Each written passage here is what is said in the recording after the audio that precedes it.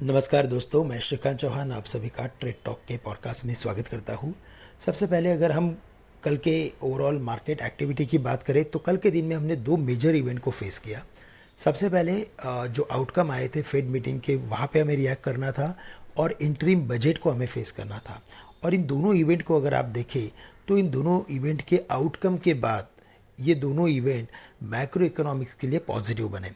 वो कैसे कि जो यूएस में 10 साल के बॉन्ड यील्ड थे वो 4.05 से करेक्ट होते हुए अभी 3.85 के करीब आ चुके हैं, जो काफ़ी अच्छा एक बड़ा करेक्शन बोल सकते हैं।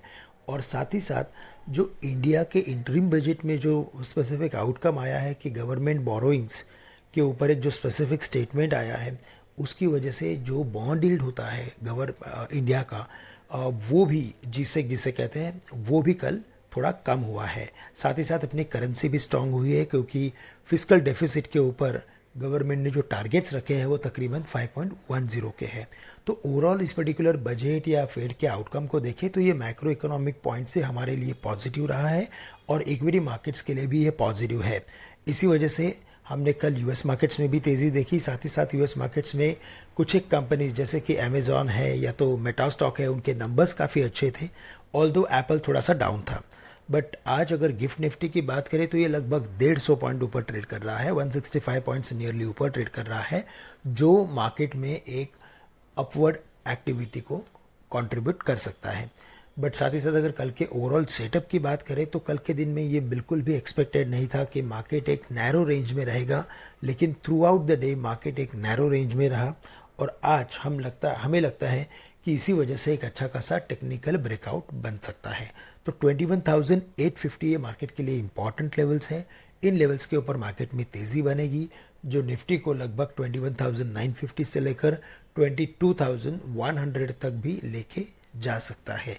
अगर यही 21,400 के नीचे अगर मार्केट करेक्ट होता है तो फिर मार्केट में दिक्कतें बढ़ेगी, लेकिन 21,850 के ऊपर अगर आप लॉन्ग पोजीशंस बनाते हो तो आपका स्टॉप लॉस होना चाहिए 21,600 के नीचे का। बैंक निफ्टी यहाँ पे भी कल हमने तेज़ी देखी। In fact bank Nifty as compare to Nifty काफ़ी अच्छा ट्रेड कर रहा था। पीएसयू बैंक्स में हमने अच्छी खासी तेज़ी देखी, प्राइवेट बैंक्स में भी एक फॉलोअप बाइंग हमने देखा, और इसी वजह से हमें लगता है कि आज बैंक निफ्टी में भी 46,600 से लेकर 46,900 के लेवल्स आ सकते हैं। बट हमें स्टॉप लॉस रखना है 45,700 के करीब का।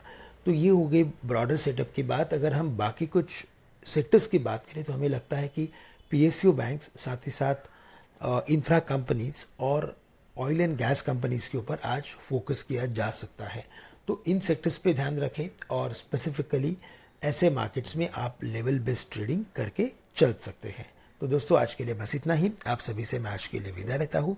आप सभी के लिए आज का दिन मंगलमय रहे। धन्यवाद।